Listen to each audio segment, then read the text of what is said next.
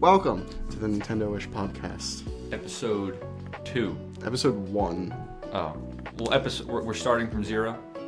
The last one was 0.5. It was the test run. Okay, so we're counting by halves. So this will be episode 1, and the next will be episode 1.5. Sure. Alright. Today we'll be talking about the design of RPGs. Yes, several topics relating to the greatest genre in video games. Specifically, the J in RPG, and specifically the turn-based part of JRPG.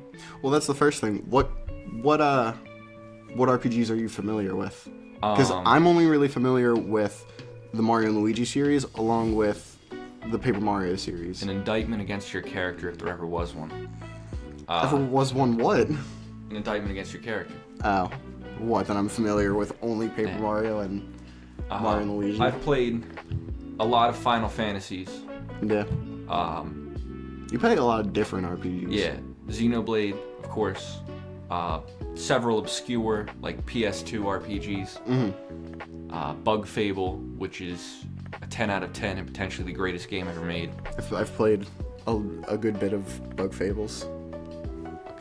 You can't really call yourself a Paper Mario fan without playing it, and I mean that with 100%.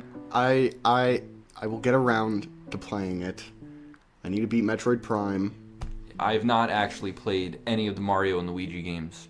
You haven't played any of them? I played... Like, at all? I played Dream Team when it came out, when I was a wee lad, and I got stuck, and... At what part? It's not a very confusing game. Well, no. See, this is what happened. I got to a part where you come to a dead end, and there's a cutscene, but I saw the dead end and just turned around before I hit the cutscene trigger. So I was wandering for a solid half hour, and when I came back and realized I just had to walk, 2 more pixels to the right, I was just like, screw this. And I don't know if that's the game's fault. Well, I sold it right back to GameStop. Didn't get a quarter of my money back. I like Dream Team. Not my favorite in the series, but I have a lot of nostalgia for it. I'd like to take a moment of silence for my local GameStop. We still have another one around It's here. not as good. There's a couple nearby, but that one was cool, and the guys who worked there were chill. It is now it's not a cheesecake factory. It is a peach cobbler factory. Ow. I swear to God, that's what it is. It is Peach Cobbler Factory. Really? It is a dollar store knockoff of the Cheesecake Factory, which is already a dollar store knockoff of actual food. So, anyway. Unfortunate. So, the overworld design of RPGs. That's the list. Yeah. That's the overworld design. The overworld design. In Final Fantasy, how is it done? Like, overall, do they have a lot of, like, secrets and everything? Well, if you go back, let's talk Final Fantasy 1 through 6 in the pixel era. Most of the Final Fantasy games have more than one overworld. Really? In a lot of ways. Like the first Final Fantasy, you start off on a single continent. And then when you complete what's basically the tutorial, you get to move on. You build a bridge, and then a lot more of the world is open. Well, at that point, wouldn't that count as different areas rather than different overworlds? Well, yeah, this is just how it evolved. And then you get a boat, and then you get an airship, and then you can go everywhere. Okay. And then, I don't know, I didn't play Final Fantasy 2, because that one is infamously terrible. But I wouldn't know. In Final Fantasy 5, yeah, 5? There's multiple worlds in Final Fantasy 5. Yeah.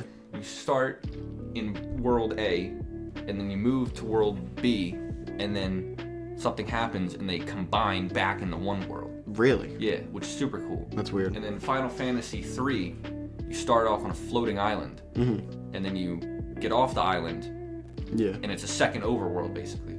Interesting. Yeah, Mario and Luigi usually has, like, it's really weird. It combines, like, levels. Yeah, because you jump around like a platformer, and it's still like an RPG. Well, yeah, which is something I really like. It keeps the overworld design, interesting and engaging, rather than just walking from point A to B. You actually have to do a few things. The actual design of the world in Final Fantasy can be a big pain in the ass. Yeah. Like, the worlds, there being multiple overworlds and them combining and stuff is cool. But is there anything to do in them? Like, other than just go from point A to B? Well, not really. You just walk around. Yeah. And, you maybe ride on a chocobo or fly on the ship, but you just go to different areas. Yeah. Not like Mario and Luigi or even Xenoblade, where there's plenty of hopping around. Is there any reason to explore the map? Yeah. Like, are there a bunch of secrets and shit? In the older ones, not as much, obviously. But then, there's a lot of secrets, like a lot of secret summons, secret dungeons where you get cool stuff. Yeah. And then Final Fantasy VI, of course, is the world, and then the world of ruin after you lose. Interesting. Yeah, Mario and Luigi, like I said, not only does it have, like, platforming elements, like in Partners in Time, there's a hub area, which is Peach's Castle, and then there are time portals, which you hop into, and you go to a specific area, and then whenever you do whatever it is in that, you hop back into another time portal, go back to Peach's Castle, and you don't really go back to it. And that's a very specific, weird thing with Partners in Time, but overall, a lot of the Mario and Luigi games do that, where you're in one area, and then you do whatever you need to do, and then you move on and you don't really go back. There's reason to go back, but the story doesn't really need you to. The only thing in Dream Team, it does have you go back to older areas to do like a few small things, but overall, you just kind of do what you need to do and then move on. Backtracking is a big thing, because I don't feel like backtracking is that bad. It's important done right in design, because in the old Final Fantasy games, there's no like skip travel where you have like teleport points or that kind of thing. But when you unlock other means of travel, like the airship or the boat, it moves around a lot faster. But because of so it just makes things more convenient. Yeah, but because of random encounters, any backtracking on land is a real pain. The modern, remasters of the first 6 Final Fantasy games, and I think the port of Final Fantasy 7 and probably 8 and 9, you can turn encounters off. Really? Yeah. Like enemy encounters? Yeah, you can just turn encounters off. That seems counterintuitive. Yeah. It seems like avoiding the point of the game. Yeah, I hope you can do that in Final Fantasy X, because that game has a very high random encounter rate. Really? Yeah. Interesting. That's like the random encounter rate in Final Fantasy X is really high, and the battles kind of work on a rock paper scissors system in a lot of areas. Like a flying enemy, you use Waka and throw the ball at it. Yeah. Enemy with high defense, you use magic. So it's relatively simple. I don't feel like that's a bad thing. It's not simple exactly. Just the random encounters are kind of structured like that. The boss fights in that game are insane. Yeah. Like, you don't know a lot about Final Fantasy. No, I have not played a Final Fantasy. There's a status effect called zombie. Really? Yeah, which makes it so healing magic hurts you, and Oh, that makes sense. Yeah, so this one boss turns all of you into zombies and then uses revive. Oh no! Yeah. So I assume that immediately kills you. Yeah, that's awful. That boss was infamous for being really hard, and because, like we said in the last one, you can't skip the cutscenes in FF10. So a lot of these bosses are after a really long cutscene. Oh, that's awful. I beat it on my first try. Yeah. Just throwing that out there. What a gamer. Unileska beat on my first try. Can't say the same for can't remember which Seymour fight. The second one. Seymour. Yeah. I beat that one on my second try, and I was very, very annoyed by the stupid cutscene in between. Yeah, you had to rewatch it. I already fucking know this. That's something that's great about Bug Fable. And I think a lot of modern games do this, where if you lose to a boss fight, you can just have the option of restarting right at the beginning. Yeah, Mario and Luigi has that almost every time. They have retry clocks where you can just... in Bowser's Inside Story they had that. Right? In Bowser's Inside Story, they have something similar in Dream Team and I believe Paper Jam. I like that a lot, where you can just restart from any point. It makes things so much easier Like, and so much quicker. Yeah, there's plenty of times in Bug Fable where you can see that you're obviously not going to win a boss fight, so then you just kind of gotta blow turns to like kill you. So having an item or an option for that. Yeah, it's nice. Thoughtful design. And I think it's good to have an item tied to it, because it's still in Bowser's Inside Story you get a good few retry clocks, so it's never really like that big of a deal if you lose. But having it tied to an item, I think makes a lot more sense, because it still incentivizes,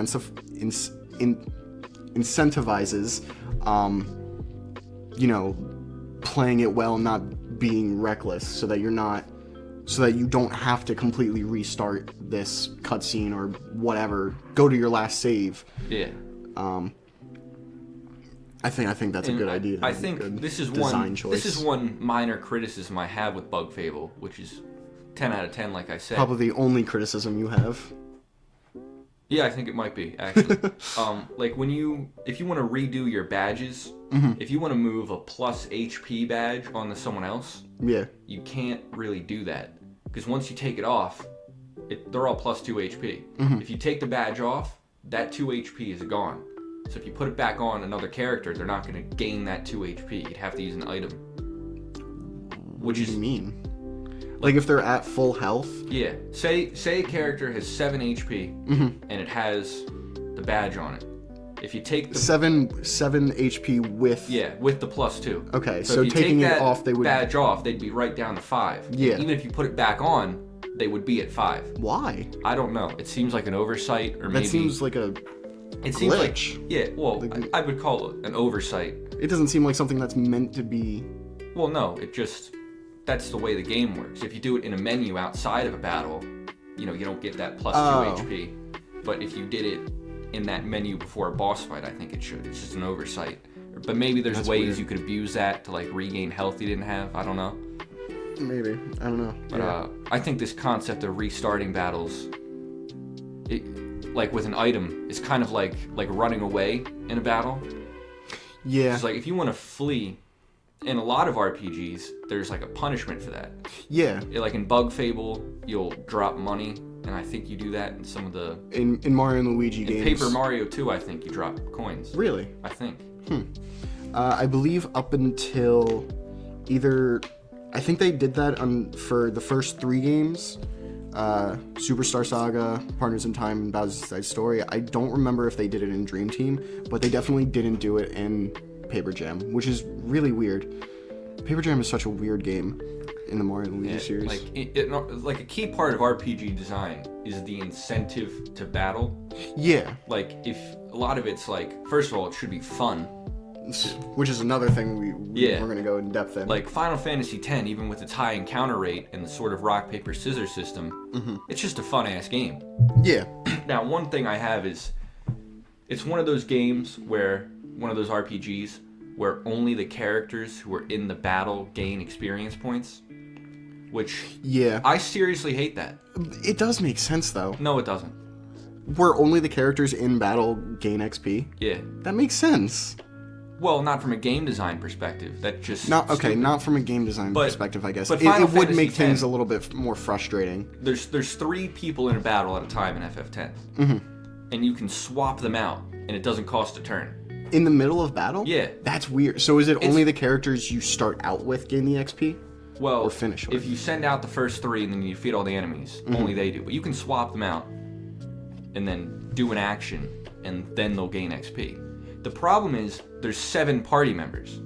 So you could do it in turn 1, you defeat the first few enemies, then turn 2, you send the other 3 out and you do the same thing. Yeah. But having 7 party members, which like Kimari is a useless party member and contributes nothing to the story as is, so cutting him out of the game would be nothing but a benefit. Yeah. It just makes it take a turn longer if you want to keep everybody strong. Having a bunch of characters feels... That's one thing that I hate in RPGs, having to manage all the characters and all their equipment and all their. That's one of the reasons I can't get behind Pokemon games. That would frustrate the absolute hell out of me. Well, I think in Pokemon, that is actually one of the easiest franchises to manage a full team, especially in modern games where well, because there's an item that TMs are infinite use. Isn't there an item that is essentially XP share? Well, in older games, it was an item, and you would give it to a Pokemon, and then that Pokemon would gain XP without having the battle. But from Gen 6 onward, one of the worst design decisions in the history of all video games took place. Oh god! And it works. It's a key item now, and you can't turn it off in new games. Oh. Which sucks, and everyone hates that. Yeah, that's weird. It distributes XP to the whole party. Wait, it distributes XP to the whole party. Yeah. So it doesn't give the same amount of XP. So if now there's due to some other Pokemon in a team, so the first one would get like, I don't know how it works exactly, but the first one would get like, I think it's like half of it, and then the other half is distributed against the other 5 Pokemon. That's weird. It's terrible. That's kind of dumb. And the fact that you can't turn that off is ruins annoying it as hell. Because I usually like to keep a Pokemon team all around the same level. That's when I exactly play through what the game. I do. So I'll have one out, like say he hits level 40, and the rest are like level 38. You know, I put them on the back burner, get everyone else up there. Yeah. But if I did that in a newer game, it'd be like, okay, level 40, I send They're out, still leveling up and getting I do XP. all my level 38 Pokemon. He's gonna be like level 44. Yeah. And then, all those, I'd only have to level up like 2 to level 40 on my own, and the rest would get the EXP share. That's so annoying. But then, it just ruins the experience, really. Yeah. That's honestly one thing that I like about Mario and Luigi, and I feel like a lot of other RPGs do this. They don't have a lot of characters. Yeah, Mario and Luigi that is only games Mario and Luigi, and Bowser's Inside Story where has there's a Bowser. limited amount of characters, and they all always gain EXP. Yeah. Or in Paper Mario, which is a great system, collective level ups. Well, like you get, true. Your I forgot team about that. rank, right? I was about to say, well, the partners don't have any kind of XP. Yeah, partners don't. It's just Mario, but even then, they gain through Mario leveling up. They also gain more power. And I don't know how it works in Super Paper Mario, but that's not an Super RPG Paper Mario exactly. doesn't have really any RPG elements in it, honestly. Not overly. But this kind of thing is why I really kind of don't like Final Fantasy VII, which is undeniably the most overrated game in human history. That's blasphemy. You're gonna get crucified for that. I don't care. Go ahead. Jesus was justified when he got crucified too, and I will happily join him. Righteously. But it's a game where the characters who aren't in battle don't gain the EXP. Yeah. And there's like 9 characters in that, if you include Aerith, who dies, if you didn't know. Sorry to say. Spoilers for a game that's over a quarter century old. But yeah, so basically, what happened to me when I played it is I used Cloud and Tifa, and everyone else was under-leveled. Yeah. And then I used Aerith, but then she died. So all that time spent... Yeah, but you could have gone to another character. When a character joins your party, they're at the highest level of your own party member. So when I got Yuffie, which she's optional and you can get her basically whenever, I waited till after Aerith died. An optional party member? That's interesting. Yeah. So I got Aerith. I don't feel like a lot of games do that. Or no, sorry. Aerith died and I got Yuffie. And then she's at the highest level of my party. So I used literally Cloud, Tifa, Yuffie for the entire game. Because I don't want to go level up Barrett or Cat Shit or Vincent or any other of them. Yeah. And I got a lot of problems with Final Fantasy VII. First of all, the story sucks and doesn't make any goddamn sense. Let's talk about stories. And so many things in Final Fantasy VII are so cryptic, so out of the way, so random, and that kind of totally bullshit game design, I kind of appreciate it in a historical sense, but playing it sucks. Does it flow together at all? Well, there's this is like what I was saying about Final Fantasy X earlier. There's like a million optional areas, and if you want to get to a lot of them, you got to do a lot of bullshit. Yeah. Like, you got to raise chocobos. Like, you don't want to raise chocobos. So a lot of it's just like stupidly hard to get to. Yeah. Mario and Luigi, like I said, doesn't really have that problem. You were going to move on to story. Oh, When I right. was brought that up. Yeah, the story in RPGs, at least in the Mario and Luigi series, isn't Overly, overly complicated. It's not overly a big part. well, Besides Super Paper Mario, which is Well, probably the best story of any Mario game. I But, you know, can that agree doesn't with that. particularly There's also Thousand Year count. Door, which is the pretty big part of Miss that Meow's optional party member in that one. game. Yeah, I didn't realize that. And then I watched a playthrough of it, and they got her. But yeah, the Mario and Luigi series, I heard someone refer to it as like a road trip adventure kind of game where it all does connect, technically speaking, but I see that. you very much bounce around from doing one thing to another, and then, like I said, you resolve one thing and then move on, and another thing starts. One quick thing I wanted to say. And I like that. One more quick thing I wanted to say about parties relates to Xenoblade, and then I'll move on to the Xenoblade story. Oh boy. Yeah, we'll be here for 5 hours if I wanted to explain that. And that's just the first game. In that game, party members who aren't in battle gain EXP and AP and SP, Yeah. which level up different things. EXP is your level, AP is your arts, your attack Yeah. level. SP unlocks skills. But you still get most of it. You Yeah. get like 90% of it or something like that. I don't know the exact number off the top of my head. But if you don't use a party member in battle ever, they're Yeah. really only going to be like 2 or 3 levels behind. It's not that bad. Now, their arts will definitely suffer a lot more, but there are skills that characters unlock where it's like, As they level up? Or as they level up their skills. Yeah. It's like if you have this skill, you gain the same EXP, AP, or SP, whether or not you're in the battle. Now, are those values to level them up different? Because that's also a very annoying thing. Where That is something annoying. One yeah. character is takes, slightly ahead. Yeah. Yeah, but those skills, the thing is, they're not on like every party member. Like only one party member has that skill, and then you have to link it to other people. That's weird. But if you're not using that party member, you're probably not going to be able to link it because you have to have high affinity, which comes from battling with that party member a lot. But those are actually some of the most useful skills in the game. Yeah, I don't know how I feel about that, because that encourages you switching out party members and Yeah, but Xenoblade playing a little bit differently. Yeah, But Xenoblade 1, it is kind of difficult to manage like 7. oh, there's 7 characters that you can switch between? Yeah, Jeez. it is somewhat difficult to maintain 7 full, like totally tricked out characters. Yeah. Which like armor and weapons aren't bad. You're just gonna get them from enemies. Yeah. But the problem is gems.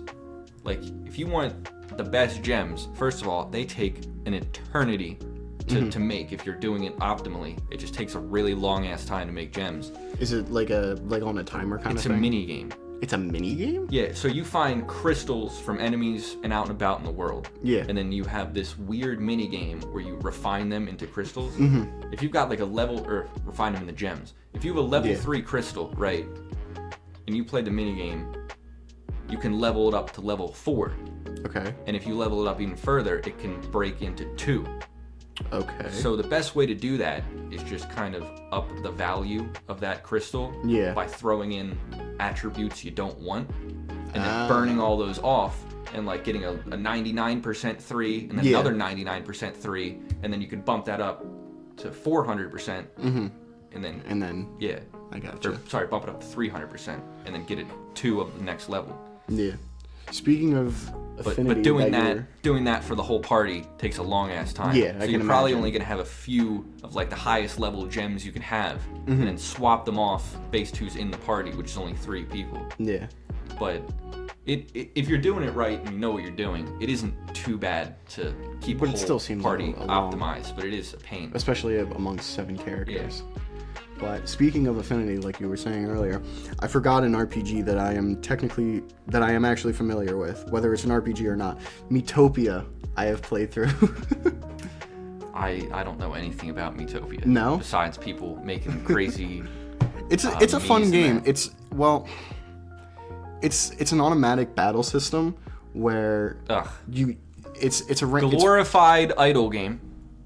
I mean, which are essentially, made for the lowest common denominator of human being. they really could have made it like some kind of mobile game, but Is that a positive thing? Because I don't think so. Like yes, Mario yes and Run, no. like Mario Run is kind of a cool game. I admit that Mario Run is cool. I think Mario Run, for what it is actually kind of interesting, but They consider that a mainline entry.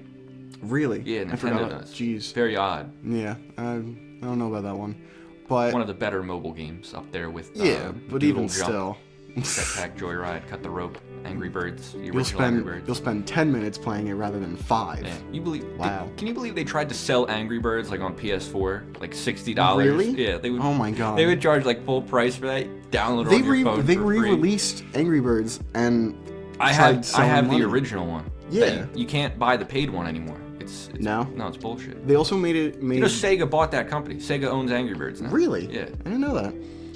We're getting a little off track here, though. Well, last point for that. They did make an Angry Birds RPG. They did. So it is technically. I have played that. It's not. It's awful. one of the, it's like it uses the stupid like Candy Crush Live system, and if it Yeah. didn't do that, it would be really fun. But Other than that, it's yeah. super grindy. Sonic's and in it, I think.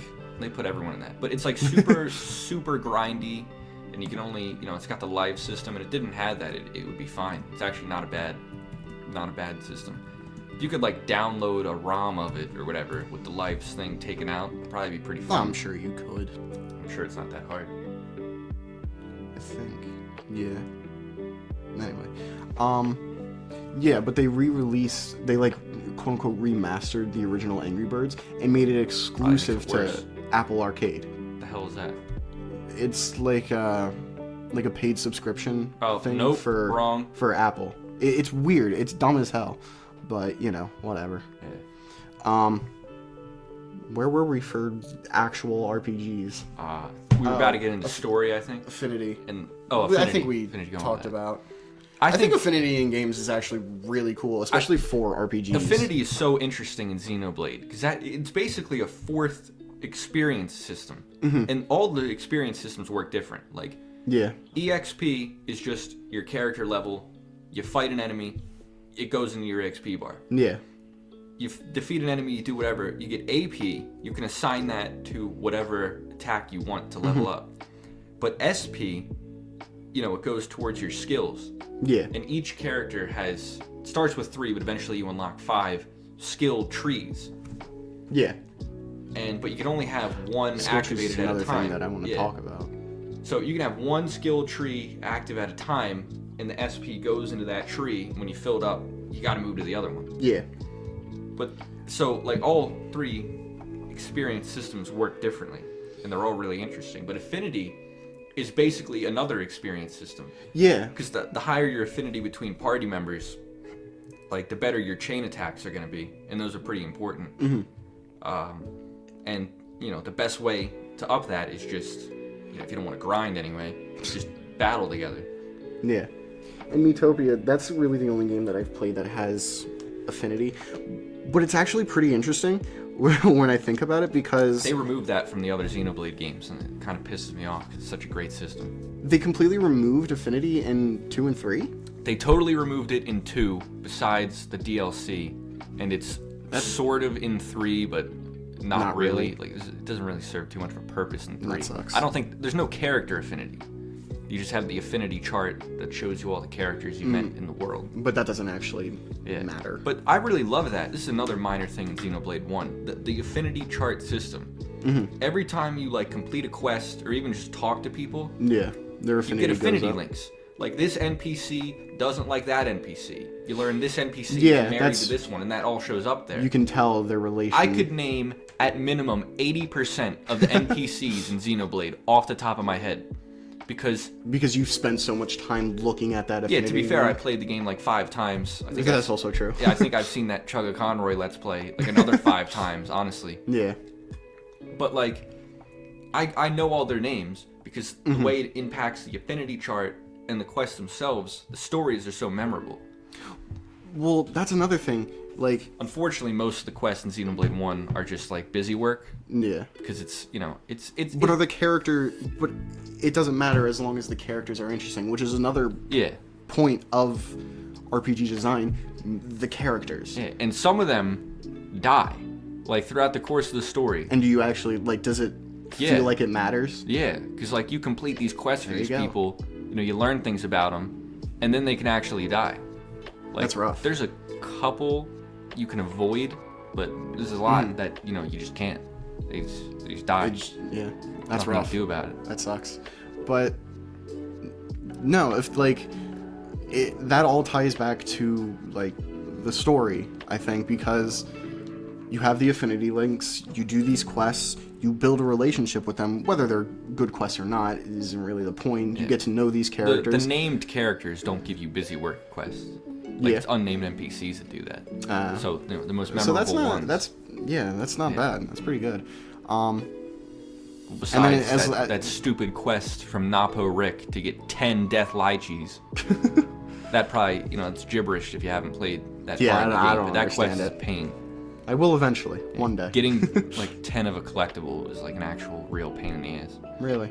And it's in an endgame area, so you better hope you out-level the enemies so they don't attack you while you're doing it. But... Although I think you unlock that quest when you... No, actually, it's an endgame area, and you unlock the quest to get the item from there before you get there. So you get the quest and you have no idea what they're even talking about. You can get the quest to get 10 death lychees before you even go to Prison Island 2. Wow. So, so if you want to do that right away, you're going to have to avoid all these high-level enemies, That sucks. Forgot? Yeah, I was trying to remember when you unlock it. It's right there. Yeah. But I think characters are such a... But yeah, well-written characters are such an important the side quests like that serve, the world. Yeah. And they just add to the story. Greater story. Like something... Now, is there... Again, I don't know the story of Xenoblade or any of the Final Fantasies, but does the story, does building a relationship... I know you said that they die, but does building the relationship with these characters matter within the story? Or does it add impact to the story? Within the greater story of Xenoblade 1, it doesn't. There aren't any branching paths or alternate. But does things it add to the story? Yeah, it absolutely does add to it. Because what I love about Xenoblade, and each of the 3 games has this, there's kind of a subplot to each one that is only told in quests. Really? There's really multiple or only one? I would say in Xenoblade 1, there's 2 big side quest chains. One of them is you uncovering a massive drug dealing plot. Oh my god. Yeah. Wow. And that in a goes Nintendo game? From I can't imagine. What is Satoral Marsh? The 5th, 6th area? I don't know.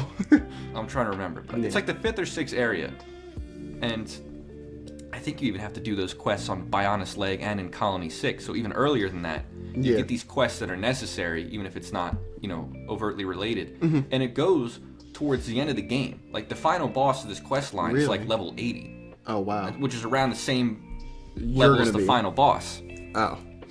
So. Yeah, and they continue it. So they essentially, they didn't put another game in there. They continue it in Future Connected, which is the That's sequel. Interesting. I feel like you could do that. They put in the definitive adding big quest chains as as pretty easy DLC. Yeah, in Xenoblade 2, the DLC, you get the prequel story, but you get 20 new quests, and they're all substantial, worthwhile. Well, not all of them. Some of them aren't overly interesting. Some of them are really cool. You've got the Love Source quest, which you're going to be repeating that one for. I think I did that probably need to do it around 100 times.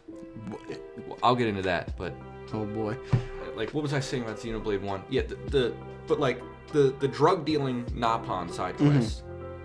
It really, you don't spend too much time with the Napon in the story.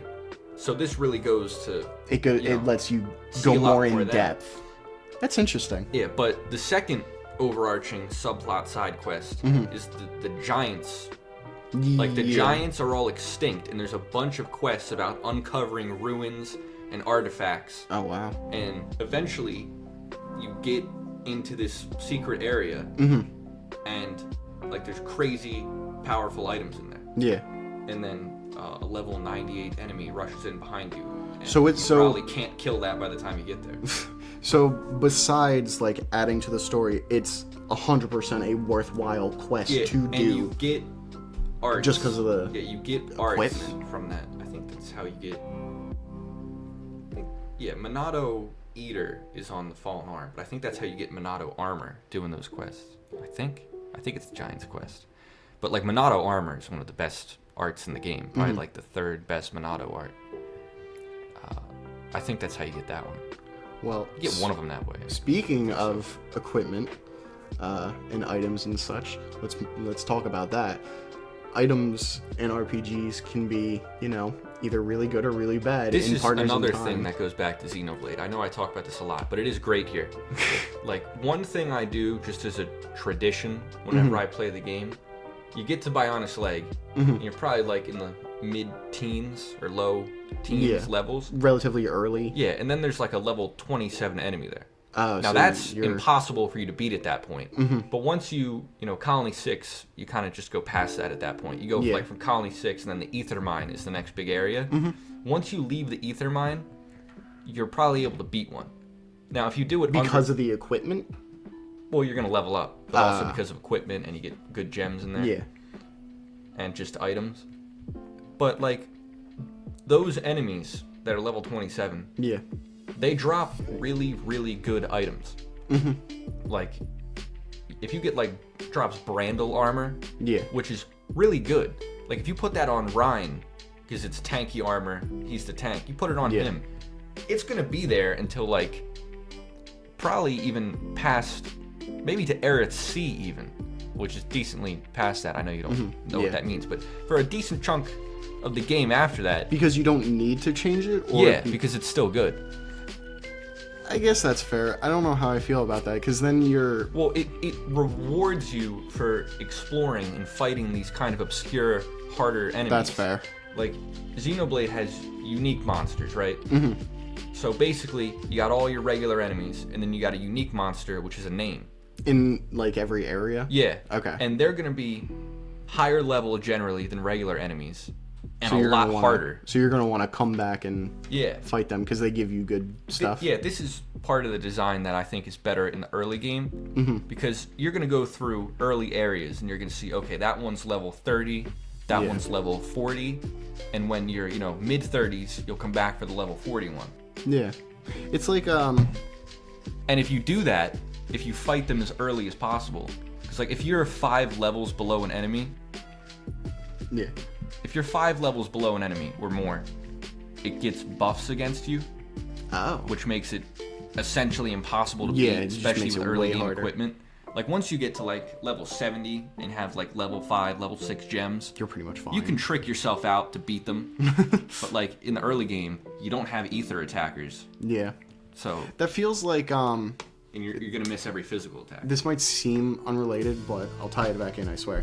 It seems like something, like a design point in Metroid or Metroidvanias where you go around and you'll see an area that you can't get into, but it's this big thing that, like in Super Metroid, when you find the entrance to Ridley's lair, you morph ball and you see it, but you're not 100% sure how to get to it. That's a great part. And you remember that. You're like, that sticks out in your mind. Yeah, you don't get there for a really long time. You don't get there for a while. Another one is the entrance to Kraid's lair, where it's a little bit hard to find, but the design of Super Metroid allows you to pretty easily find it. But you're technically supposed to have the high jump boots to get in there. So when you actually get to that point and you find the entrance to Kraid's lair, you're most likely not going to be able to get in there by conventional means. So that image, that room sticks out in your head and you're like, oh, I can jump higher. Maybe I can get to that. Yeah, it's the same concept. Like, they use it in a lot of ways. Just visual progression, you know? Yeah. Like, there's an infamous unique monster. Territorial Rotbart. Like, that's his name. Great name. You get to the Bionis leg, you're like in the mid-teens. This guy's like level 80. Oh, wow. And if you... Wait, so you're in the mid-teens and he's level 80? Yeah, so if he sees you, he's going to walk over and one-shot you. Oh my God. It's like a joke. But then you come back and you beat him. It's like, I beat that guy who one-shot me at the beginning of the game. Yeah. And this happens That's in a lot gotta of... feel good. This happens in a lot of smaller ways. Where, you know, like I said, in level 15 area, you'll see a level 30 unique monster. Yeah. And this doesn't happen as much in the mid to late game because it's like, you know, if you're doing At all that point, this, you're already if high you're enough level. if you're doing all this and doing all the quests, you'll probably be high enough level to beat any of the unique monsters. But at that point, I feel like besides the one that are like crazy high level. Like if you're level 50, you're gonna see like a level 80 or 90 monster. Yeah. And then you're just gonna beat that at the end game. You're not gonna be level 50 and see one that's level 60 and So come you back a kind little later. of get to know and understand that Yeah. that's what they're trying to push you to. Yeah, that's mostly because, like, when you go through the Mechanis, once you beat it, it's off limits. You can't go back there. Oh, I don't know how much I like that. I don't really like that in RPGs. Yeah, you can't go back. They lock you out. But there is like one enemy Fusion in did Mechanis that. that's like that. There's one enemy in Mechanis that's like that, where it's very difficult to beat on your first trek through. I think it's Majestic Mordred. Because it's a giant fortress unit, Mechon. It's a huge machine. There's two. So you just have to be high enough level to beat that? No, there is a section. It's a really weird part of the game where you can double back and go get them. Like when you go to the Mechanis core, there's But does the game like let you know that you can do that? yeah. This is a very interesting way. When you go to the Mechanis core, The first time. you only go there once. Ah. But basically, the thing is, you fly there and you go to the core, and that's where the boss fight happens, and then everything is off limits after that. Yeah. But you get a quest that says, hey, you're going to the core, but you can double back, and then if you go here, and the side quest lets you go make a weapon, it's a really strong weapon. Yeah. But if you do that quest, you realize, hey, wait a minute, I didn't beat that boss. I can go down there and get him now, and I've got this tricked out weapon if I want to use that. Interesting. And you'll probably be able to beat him at that point. But That's an interesting way of doing it. it's telling just you that you like can- it's just that visual progression. And Yeah. it's the same thing in Metroidvanias, where it's like you see in Metroid, like, okay, you know, I need the grapple beam for that. I need the bomb for that. you see weird, like, specifically like you said, the grapple beam in a lot of areas, especially in Brinstar in the early game. You see the grapple blocks with the little plus sign, and you see this giant gap, and you're like, I can't. If you go out towards where the crashed ship is, it's like grapple beams to get there. Yeah. And you're like, what the hell is that? You know. You can't make that jump, and you see these weird blocks, and then Super Metroid. I know I've told you this, but Super Metroid does this thing where it kind of locks you in a small area that you can only really get to a few different rooms until you get the next major upgrade that it wants you to get. But then you get that, and it teaches you, like, these are the visual cues that you're looking out for. You can use it with these little plus boxes, and you're like, I remember That's those. a big part of Metroidvania design. Giving you like the illusion kind of a huge world, and really, and especially in Metroid Dread too, they kind of lock you in. I don't remember Metroid Dread all that much. I played it once. Dread does this a lot, where it like locks you into a certain area until you get. Which is such smart design. Upgrade. Yeah, that's one criticism I have of Hollow Knight. I know we're talking Metroidvania in the RPG episode, but Hollow Knight doesn't do that at all. The whole world is always open to you in Hollow Knight, and that just kind of makes it a real pain in the ass. The most overrated indie game of all time, Hollow Knight. That is, for anyone who doesn't know, I that don't is want my Silk Song to come out. that I is never my- want Silk Song to come out. Hollow Knight is my favorite game of all time. That was a joke. I'm waiting on Silk Song like everyone else. Yeah. I'm confident they'll make a better game than Hollow Knight. Wow. Which is still a good game, maybe even a great game, although I think it's extremely overrated. Yeah, I love Hollow Knight. I think, like I said, that is my favorite game of all time. But You these schizophrenics talking about profile pictures. oh my god, Like- that's another time. That's for when we talk about Metroidvania. We could make a overall. whole actual documentary about how fandoms who are waiting look for things. Oh my god, look for the most obscure things. Yeah, like- I have a theory on when they could release There it. is but you know, that's my there's schizophrenic a Hollow Knight YouTube fan brain. documentary basically on like the Sherlock, you know that show? No. Oh yeah. Yeah, the people who watch Sherlock, they had The one with isn't that Robert Downey Jr.? No, that's the movie, Sherlock. Benedict Cumberbatch is in the That's Sherlock what it show. is. Yeah. Yeah, like basically they had this whole schizophrenic cult trying to predict something about the show, and it's like, what?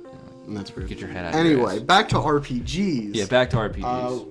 We're talking about television We can shows. talk about enemies since we were Yes, talking okay. about that. Like You said you had a lot to talk about The with enemy the structure of Xenoblade is genius.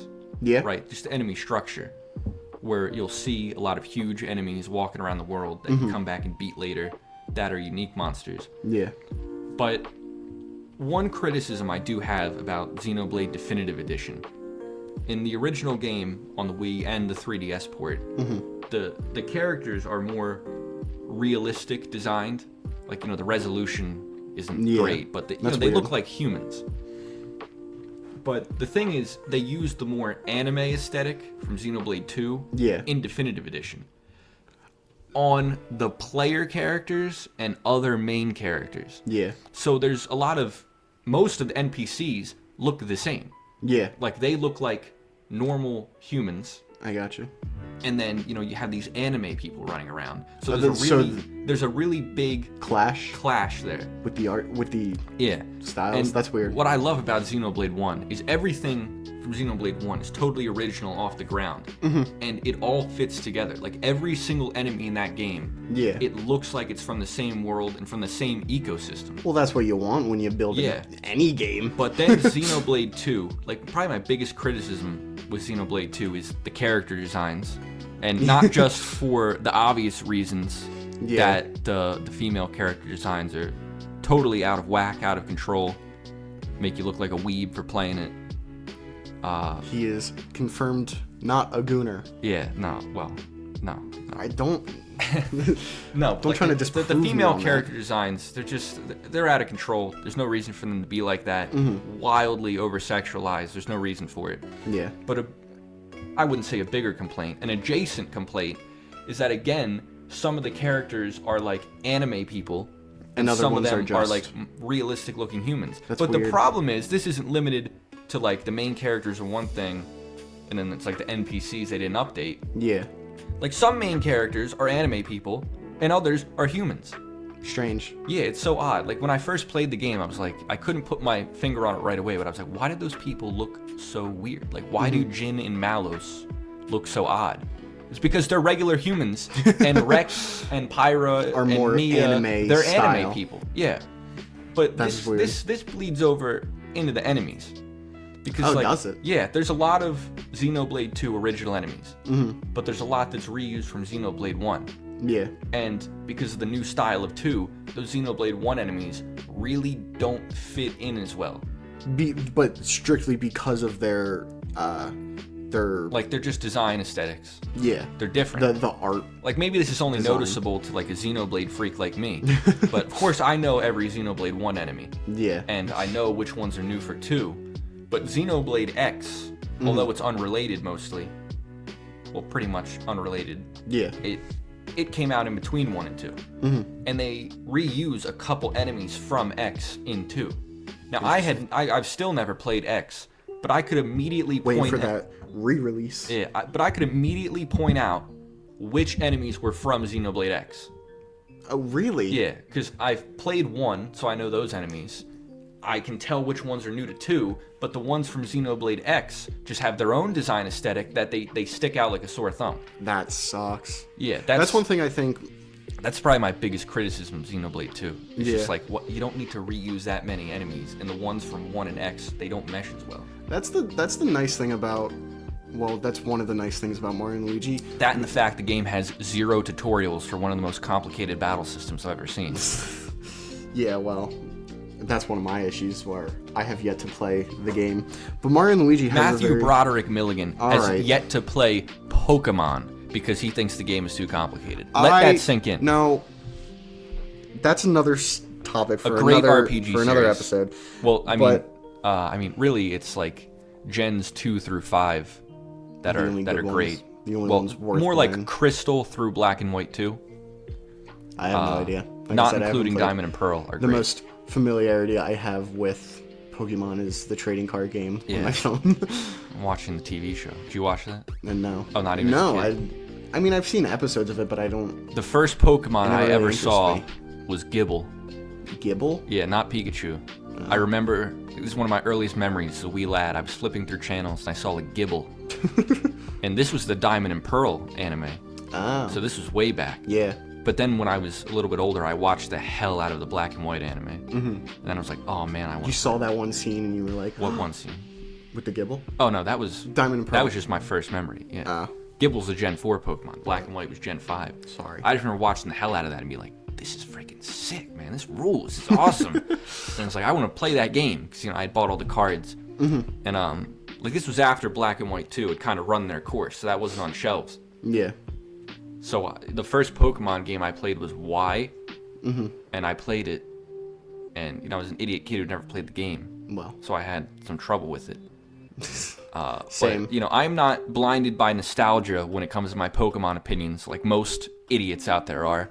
X and Y are probably the second or third worst games in the entire series. Oh, wow. Yeah. Those are strong opinions. I played yeah. those first, and I think they're the worst. You know, because I don't Interesting. let nostalgia blind my opinions, like all the idiots who like Diamond and Pearl. I try not to, but I'll admit that I do let nostalgia And I don't let fill pure... in every once in a while. I don't let pure idiocy cloud my opinion, like the people who like Sword and Shield and Scarlet and Violet.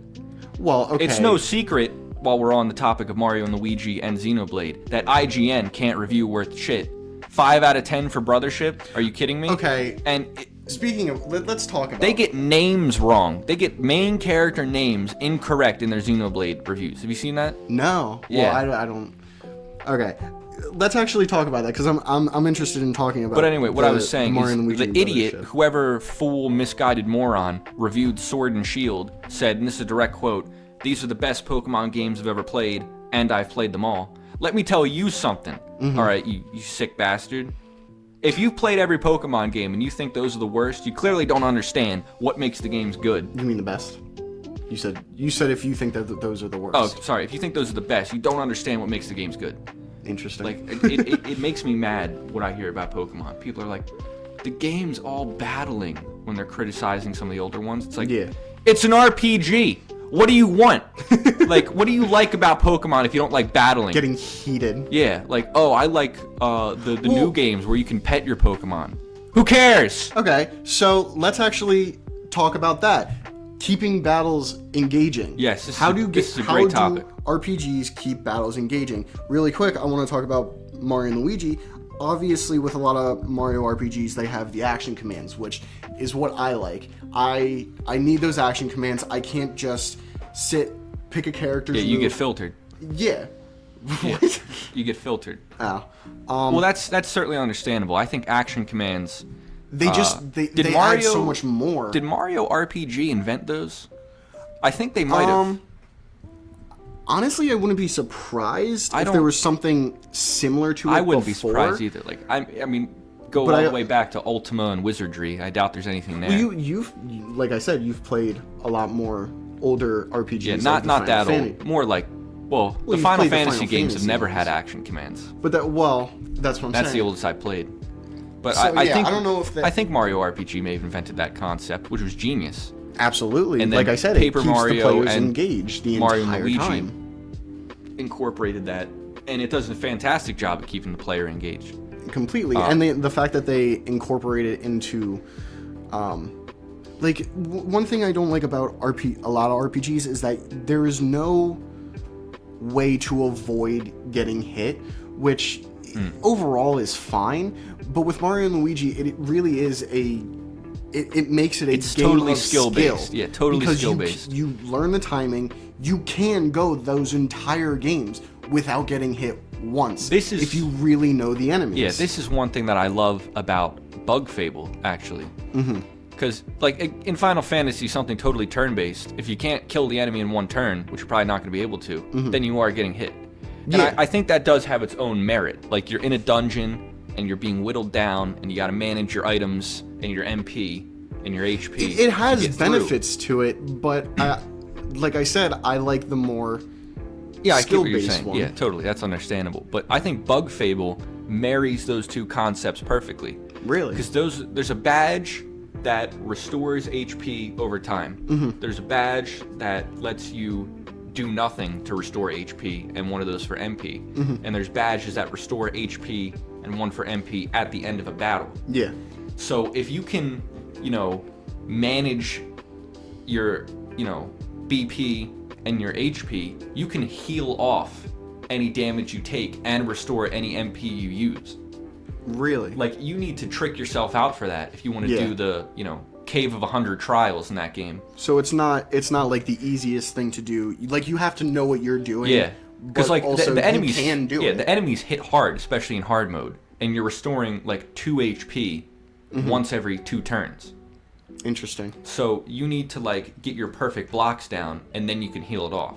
Another thing with something like and Bug again, Fables, perfect blocks it's skill based. You say that you heal 2 HP, which I feel like Which is a lot in that game. To most RPGs, when that's literally nothing. But another point, I like Mario and Luigi and even the Paper Mario games, Bug Fables. They have the lower numbers, making it way more understandable. Not that like doing 3,000 damage is like that complicated. Yeah. It makes it more confusing. It's needless numbers. Yeah. You could 100% just make it, you do 3 damage to an enemy with 10 HP. Why does it have to be 3,174 to an enemy that has 6,000 I think HP? it's just a game design thing. But why choose that design? If you have like 10 HP and you do 3 damage, then you can kind of break it down into like how many hits it's going to take. Like how many turns is this going to take? You can do 3 damage against 10, it's going to take you 4 turns. Which I think in something like Bug Fable, that predictability really adds to strategy.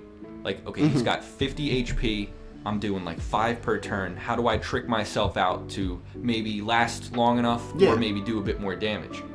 But something like Xenoblade, you're starting off with quadruple digit HP, maxes out at maxes out at 9999, like wow. 9,000. Yeah. And you're doing triple digit attack numbers from the start. Yeah, and then as you go on, you're going to hit max HP fairly soon. Really? Well, in terms of the end game, you're not going to have to like grind. Yeah, you're going to hit your max HP. Interesting. Close to it. Like Ricky is going to hit it pretty soon, and then Brian will probably hit it, and then the rest kind of max out around like 7,000 actually. Yeah. So you're going to hit your limit. Like you're going to hit 6,000, and then you're not going to hit 7, that kind of thing. Yeah. But your damage is going to stay probably in the 4 digits. But like your chain attacks, your multiplicatives are going to go crazy. Those are the hard-hitting ones. That's what's going to go crazy. Interesting. Yeah, so I feel like the only reason you can't think like, okay, how many attacks or arts is this going to take to beat this high-level enemy? It's like it's just a constant thing. You're just hitting it and you're staying alive. I guess it has its merits. I think the only other thing that it could add is like from the start you're doing, like you said, 300 damage or whatever, and then by the end you're doing like 4,000 damage. It adds to like you're really hitting that much harder. But I don't. Yeah, this is But I feel like even with the lower numbers, you can still feel that. With Mario and Luigi, you start I agree off. with that, yeah. With Mario and Luigi, you start off doing. In Brothership, I know you start doing like 2 damage, and then by the end, you're doing. You can literally level up so that you're doing more than 1,000 damage if you get enough lucky hits or whatever. But you're doing at the very least 500 damage with each Bros attack. Yeah, I think if you take take a comparison here, like in Bug Fable, you're gonna do the same damage per regular attack throughout essentially the entire game. Really? Until you get like the +1 attack boosting item.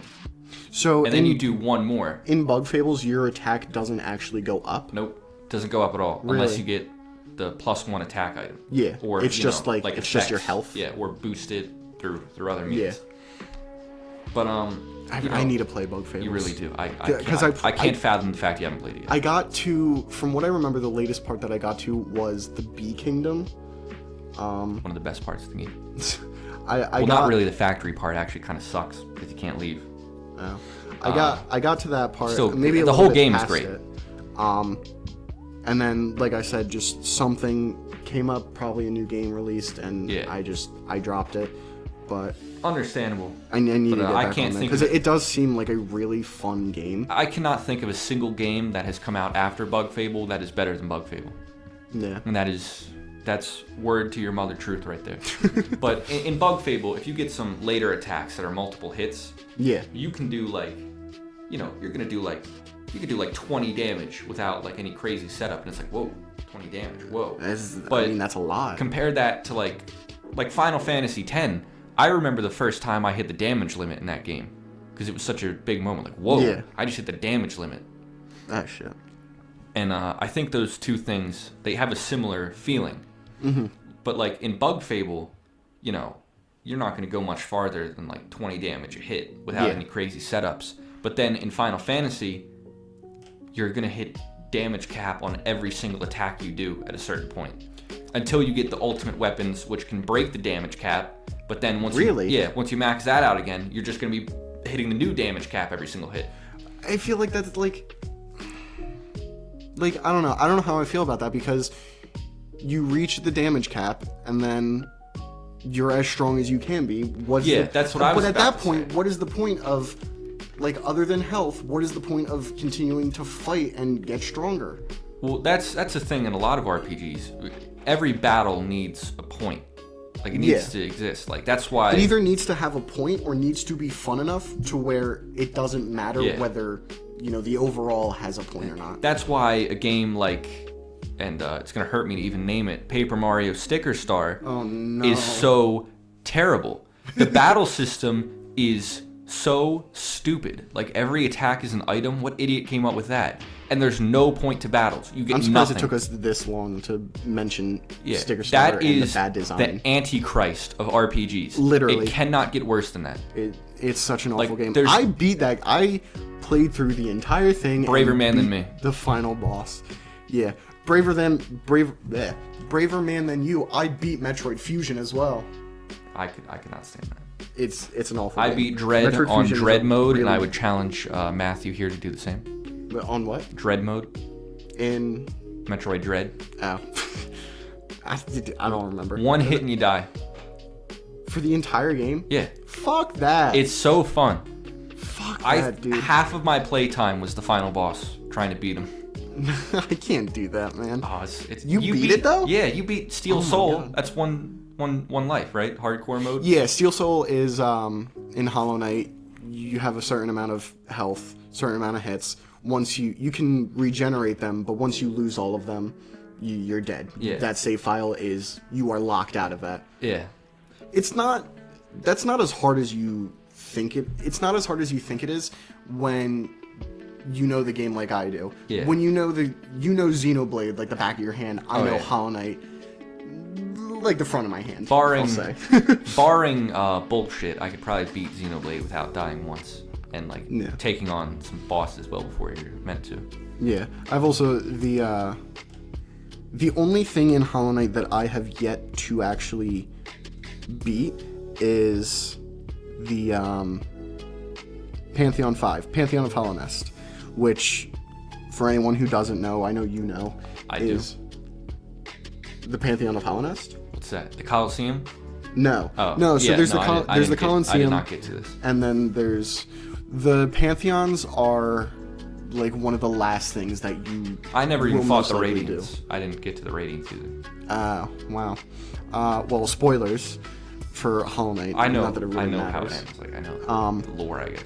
Yeah, well, the lore is a complicated piece in of itself. Doesn't near Xenoblade level, but that's true. It nears. I believe that. It nears nearing. I don't know. Trust me, Matt. I know. Fair enough. You're wrong. Point is that Pantheon 5 is literally every boss in the game. Oh, hell yeah. Plus a few harder versions. So in Hollow Knight you have a normal boss. Like a boss rush is an amazing way to make a game better with minimal effort. So in Bug Fable Knight, is a boss rush, one of the best boss rushes of all time. In Hollow Knight, one of the early bosses, the False Knight, great fight. that's the normal boss fight, right? And then later on, you get the dream nail. That's the fat caterpillar in the armor, right? Yes. Yeah. I love that fight. It's a very easy fight, one that you can skip actually. Really? Technically. Well, you can do crazy stuff now, right? Well, in the arena, once you get into the arena, if you go all the way to the left, after getting through like one or two phases of the fight, you can destroy that door, that gate that locks you in, and you can pass through it. So you can continue on. You still have to, beat the boss for a somewhat required item. Unless you know what you're doing. But point is that you eventually get the dream nail, and you can fight a harder version of that boss called False Champion. And both of those versions are in Pantheon of Hallownest, which I believe there are in total 49 bosses. Hell yeah, that's 49 awesome. or 48 bosses in total in Pantheon of Hallownest, and it is rough. And I've gotten to the last fight a good couple times, Absolute Radiance, and oh my god, it is rough. I haven't played too many boss rushes. I did the one in Bug Fable, but they just updated the game and they added a new fight, and I cannot beat that. You fight your own party. Oh, which is a really that's cool. Sick. Yeah, it's sick. It's a really cool idea. Which I have something to say. Everyone has loved that relating since to Bowser's Inside Story. Everyone has loved that since Shadow Link, all the way back in Zelda 2, and the real one in Ocarina of Time. It's a cool idea, and I think in RPGs it can really show like how strong you are and how tough the game can be. You do it in Xenoblade 2, and you can kind of soft lock the game if you fuck up. That sucks. Like there's this part where you fight your own party members, but if you're not like decked out right, you can kind of get really messed up. That sucks. Didn't get me, of course. Well, Xenoblade expert. Let's not kid ourselves. But talking about Bowser's Inside Story, like I said, here's this rant. Go ahead. I can rant about this seriously, because in the game you fight Bowser a total of twice, technically speaking. Once as the tutorial boss, he goes down very easily, and then about midway through the game you fight him again, and he has abilities that you have gotten throughout the story. He uses special attacks like the Goombas and the Shy Guys in that fight, which is really cool to see. I don't know how his stats work out, but that's not the point. The point is that you fight him once, he goes down easy. You fight him again, he is a proper fight, but at the end of that, he's still he says something along the lines of, "I'm still not at my A game." And then at the very end of the game, Mario and Luigi jump into battle with Bowser, and then credits roll. You don't get to fight him a final time. You can fight him in a boss rush in that game. There you go. But the problem is that one, it's locked behind a boss rush. You have to fight every boss in the game, harder versions of all those bosses in a limited amount of turns, which is insane.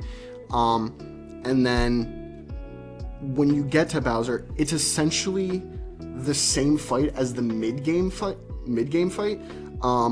with like 2 or 3 added moves that reference him getting giant, right? Which is cool, but I think it would have made the game so much better, at the very least for Bowser's story, if you fought essentially this character that you have been leveling up and getting these powers and special attacks, and then you get to fight him, essentially a shadow fight, but with these two characters, these two parties that have been separated the entire game, and now they come together and you get to actually fight. I think there's a lot that can be said about this concept in general, especially in a game like an RPG that's story focused. You have villains and you want to pummel them mercilessly. Like in Xenoblade, talk about Xenoblade 1 here, you fight every villain. Yeah? Yeah. Like there's really not a single villain that you don't fight and kill, basically. So you get that satisfaction of cutting them all down. Yeah. I think fights like can't- those I can't think of a game I played where I was like, I want to fight that guy, and it just doesn't happen. Yeah. Very odd decision. One of the only good things Metroid Fusion did, and then even ruined that, the SAX fight. Yeah, you think you win, and then it just transforms into that stupid monster. Well, it's not even You that. gotta The fight it SAX again. is one of the absolute coolest parts one of the only cool parts of Metroid Fusion, in Well, my I think opinion. Fusion is a cool game. It's just shitty. Yeah, it's very poorly It designed. looks neat. Yeah, but the Looks really SAX good is, for the is a GBA. really cool. It does. It takes the style of Super Metroid, the art style, and kind of improves it. Yeah, they had to make. But it doesn't more, take any of the actual good design. They had of to that make game. it more colorful. Yeah. You know, while we're on Metroidvanias, real quick, Castlevania: Circle of the Moon. It was a launch title for the GBA. And Yeah? it was nearly unplayable because it was a Castlevania game and it was dark. So that makes sense. Yeah. On the On the GBA, it's shitty, already really dark. non-backlit screen, you couldn't see half of it. Oh my god. Yeah. How long after the GBA did the SP come out? That's a good question. It wasn't long Couldn't have been after. too long. I think like 3 years maybe. Where's my mouse? Rico, could you search up when the GBA SP came out? Yeah. When did the GBA release? If anyone out there wants to get a GBA SP, make sure it is the 101 and not the 100 model. Yeah. Because the 101 Better has backlit. a far better backlit screen. Yeah. The SpongeBob GBA SP is a 101, and that's the one I have. Because I love that. In North America, the original GBA released June 11th, 2001. Was the SP 05? SP release? No, I think 2003. So they waited 2 Oh years. wow, that's way sooner than I thought. February 14th, 2003. That's same month and day Hollow Knight came out. Anyway, that's not the point. Attitude, I don't know. You know when that came out off the top of your head? It came out Valentine's Day, Oh, okay. Well, there you go. 2017. Yeah, which I think, if we, So that game you're willing turned, to that listen. game turned 8 2 days So, ago. yeah. Yeah, 2 days ago. If you want to listen to my schizophrenic Hollow Knight fan brain, I think it is possible that they release Silk Song on April 12th of this year. There's a lot more that has to go into that, but I'm Matthew gonna is deluding throw that himself. idea out there. Absolutely You know, deluded. It's gonna come out in I come out in 2 months without a trailer. Look, today it is February 16th. 16th, 2025. I think it is going to be released, or I think there's going to be something in the April Switch 2 Direct. And I feel if they were to release it, that would be a killer app for the Switch 2. I'll give them that. To make it right? exclusive. Imagine that being a launch title. An exclusive one too, not Or, well, maybe not a launch title. But either way, imagine they announce it in the Direct, and then everyone's going crazy about Silksong, and they're focusing on the Direct a lot more as well. I think it's a good idea, but Team Cherry does whatever the fuck they want. Well, that's AKA nothing. Yeah, that's obvious. They give you 365 vacation days a year at that company. Yeah, seriously. People have been making use of them. I mean, they say it's still being worked on. The marketing guy, who also doesn't, do a lot for that game. Bringing this back to RPGs, which is our topic Oh my god, at hand.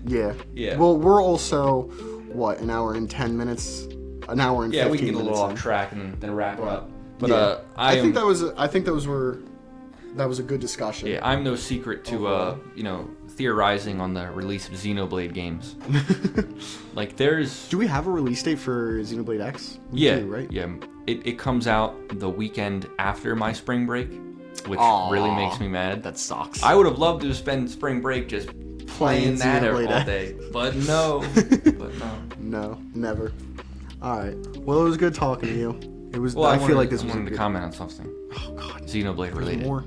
Well, okay, so they used stuff from Xenosaga in the last Xenoblade DLC game, which meant they had to go to Bandai Namco and get permission for that. Yeah. So there has been a rumor now for a long time, especially since the Batten Kaitos re-release remake came out, that they are going to remaster Xenosaga 1, 2, and 3 and release them all in a collection. Isn't that owned by Square, though? No, Xenogears is owned by Square Enix. So then what's Xenosaga owned by? Namco. Right, okay. And the idiots at Square Enix are so goddamn stupid. They're probably the dumbest company in the games industry today. Like, Final Fantasy is dead. Final Fantasy is dead. They make these shitty action RPGs that no one likes. Everyone loves them. No, they don't. It won Game of the Year, didn't it? It was at the very least. It was nominated Game of the Year in 2024, and I think it won Game of the Year one year. That doesn't mean anything. It doesn't mean anything. Sure. They make these stupid action RPGs. They're making 3 games out of Final Fantasy VII, which, like, really? When's the next one gonna come out?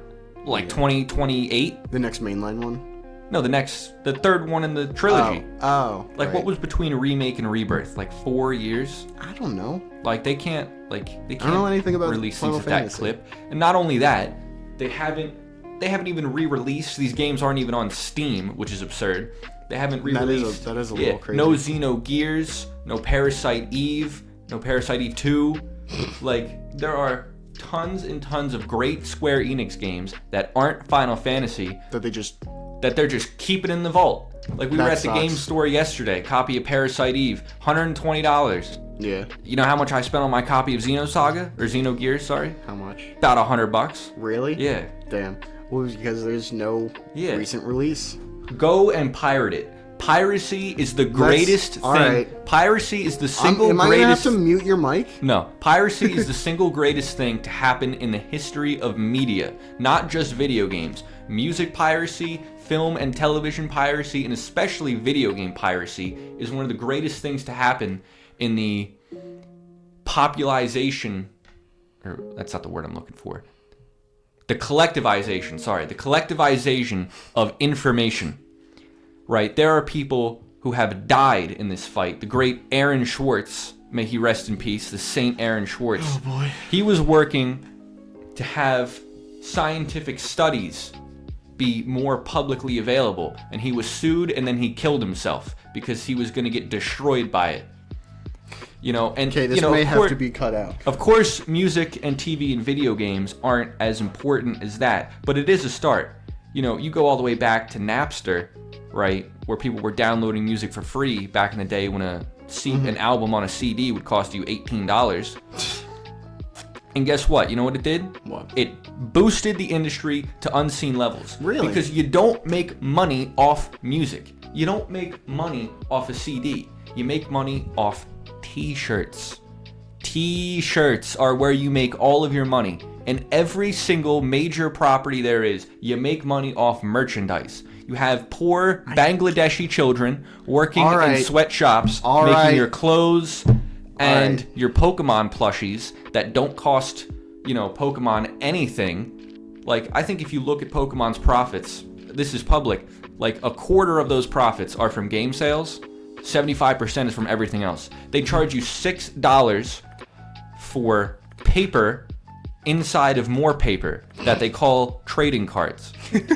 That costs them pennies. I guarantee you it costs them... Yeah, no, it costs them less than $1 to produce a pack of Pokemon cards. I would assume less than 50 cents. And that's including paying the people to draw up this bullshit. And now they're doing it on phones. You can... If you got a team of artists, which they have the money for, they could punch out multiple cards a day, and they just need to sell you a PDF of it in a made-up pack.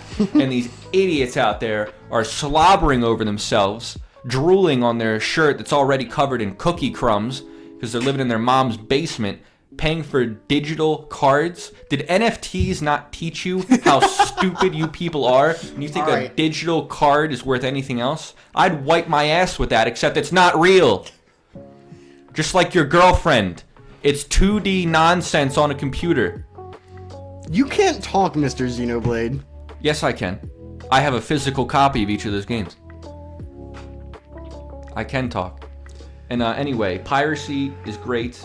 That is another topic for another day. It's not a topic, it's a fact.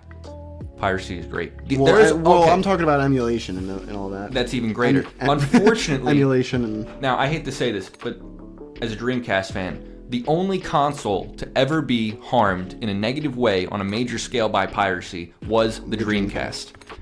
Especially in South America, where Sega consoles were popular. Fucking Brazil. Yeah, really, honestly, Brazil. You could download a Dreamcast game and burn it onto a CDR, and the Dreamcast could read that with zero modification. You pull it out of the box, it could read CDRs, and you burn the game onto one in a CD burner, which are readily available. So you could just copy and paste.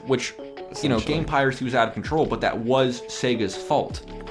To be honest, like, why can your machine read discs that aren't proprietary? I guess that's your own fault. But I feel like that was the main idea behind something like the GameCube. Yeah, no game company has ever been harmed by piracy except Sega, and it was the one console that actually mattered. You believe that? Because it was their last one. Yeah. Well, it was their last one because there were other factors. Failed. I don't think game piracy in South America would have been enough to take it out. No, I know, but I'm saying... But, the PS2 really put the nail in the coffin for that. Well, let's not kid ourselves. The PS2 was a beast of a system that led to a lot of Square things. Enix refuses to re-release great games because they know they'll make their modern games look bad, which is why they haven't re-released many of the Pokemon games. I can guarantee you that. Bet my life on it. Then go pirate it. There's no reason to spend $100 on a video game under any circumstances. There's really no reason to spend $70 on a video game like these money-hungry, greedy, sick sons of bitches who run these companies, these godless people, think they can charge $70 for a game. Now Nintendo still charges $60 for 99%. They shouldn't even be 60. Even after inflation, they shouldn't be 60. And they're trying to charge 70. There should be riots in the streets. There should be bodies hanging for a decision like that. Let me tell you. One rioting, Zach. Well, give it time. You'll see the way things are going.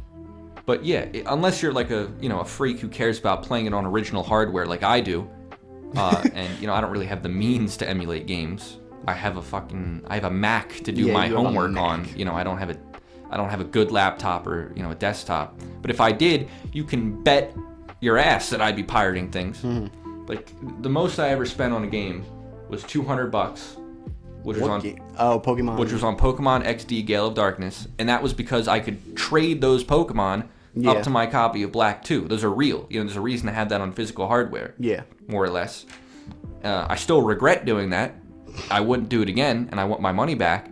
But I will never spend that much money on a game again. Yeah. And a third of that is what they're charging for a new game. You believe that?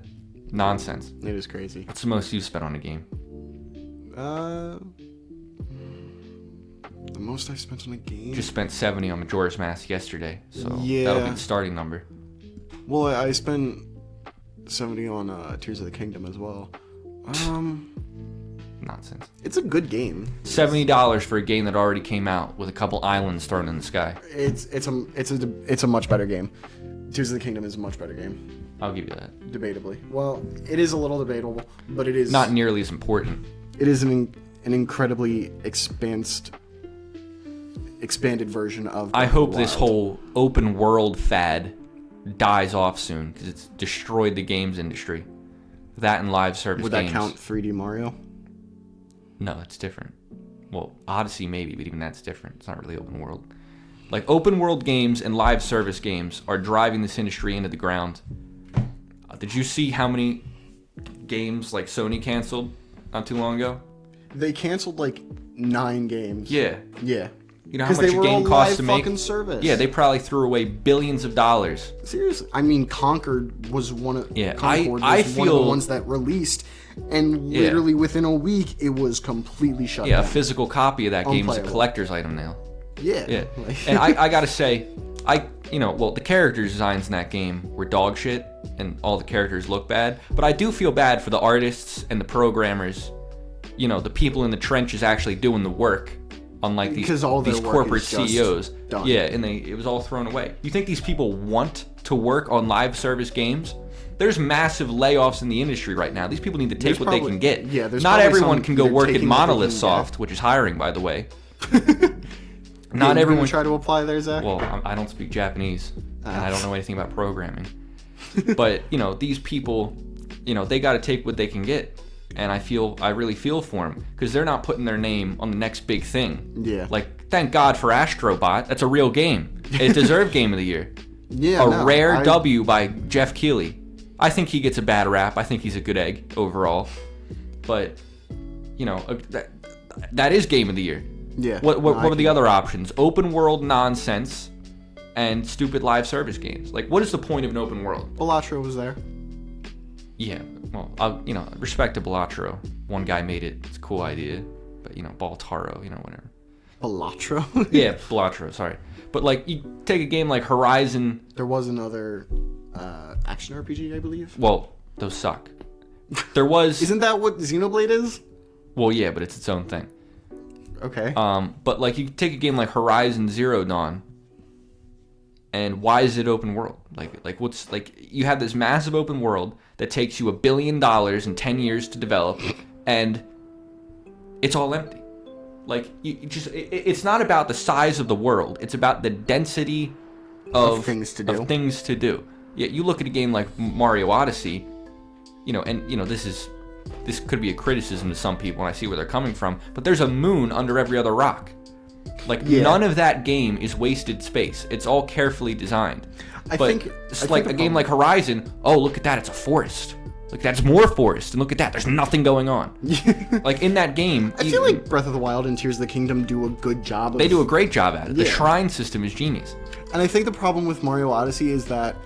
I think the main problem with that is that they're all there all the time. So at any point you can go and get those moons. Yeah.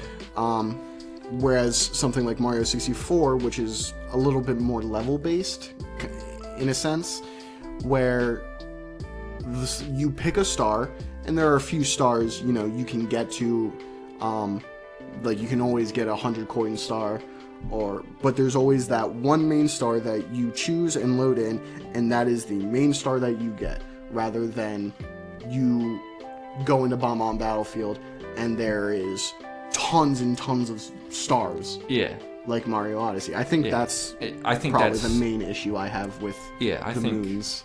People complain about, like, why do I get kicked out of levels in Mario 64? And I've heard people say that, and it's interesting.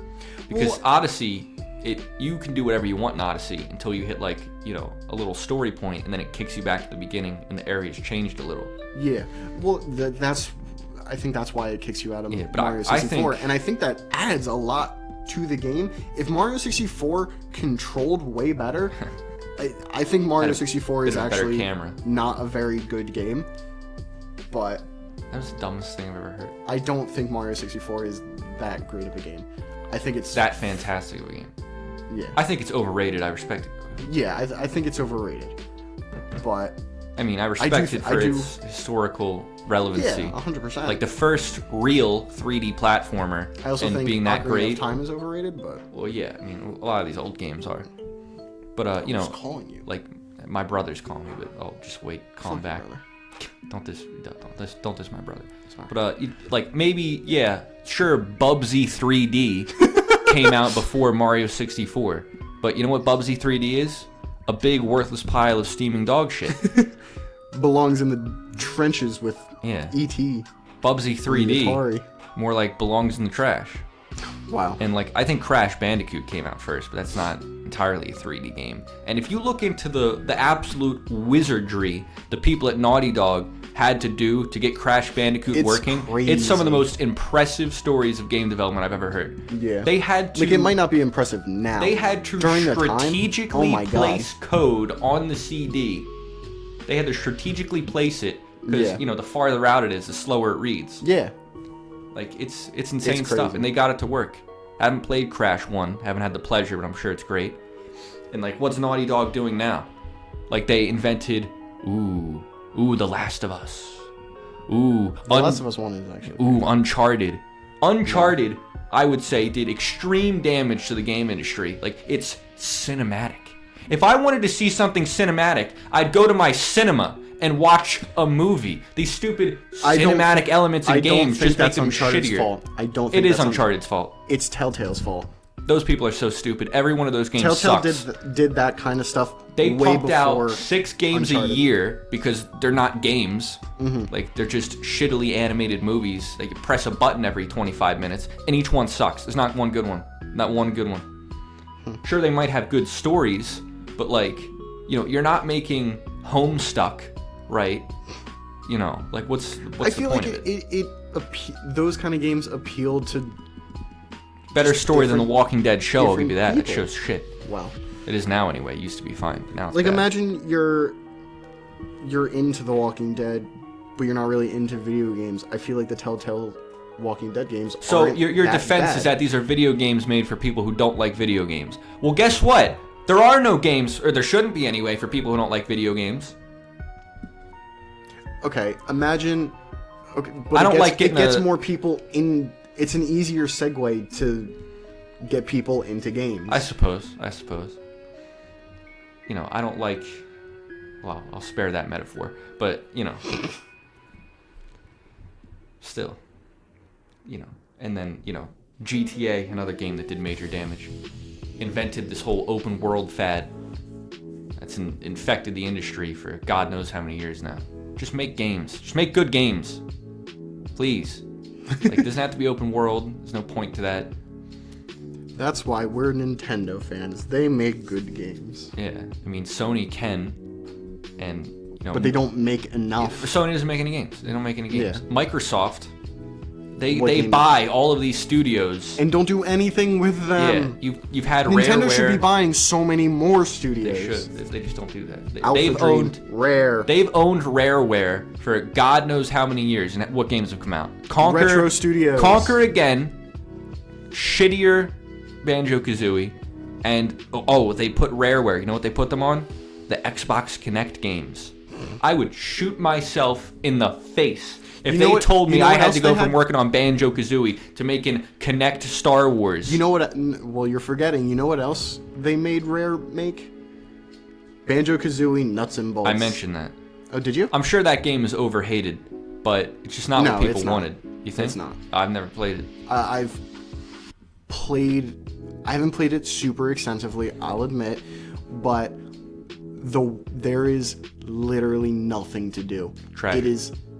It is a big area. Take like They did put the Stop biggest- and Swap back into Banjo 1 and 2. take like the biggest area respect for in that. Mario Odyssey, scrap everything in it, and add like 5 NPCs all across the map from each other, and that's Banjo-Kazooie Nuts and Despicable. Bolts. Utterly despicable. And they had the gall to make fun of people in the opening segment.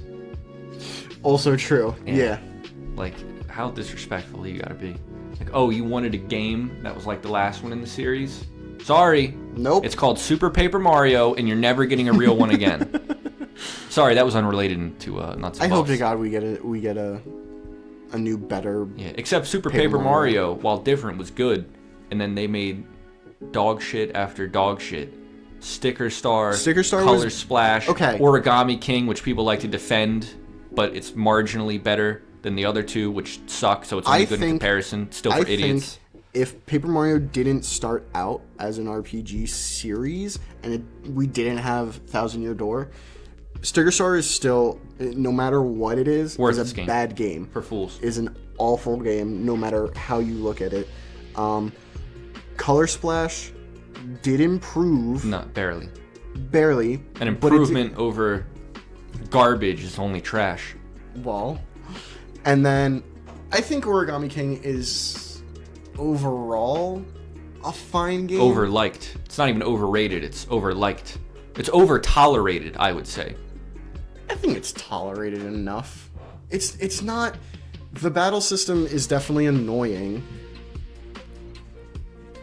But it does improve. Like, it's called innovation, not reinvention.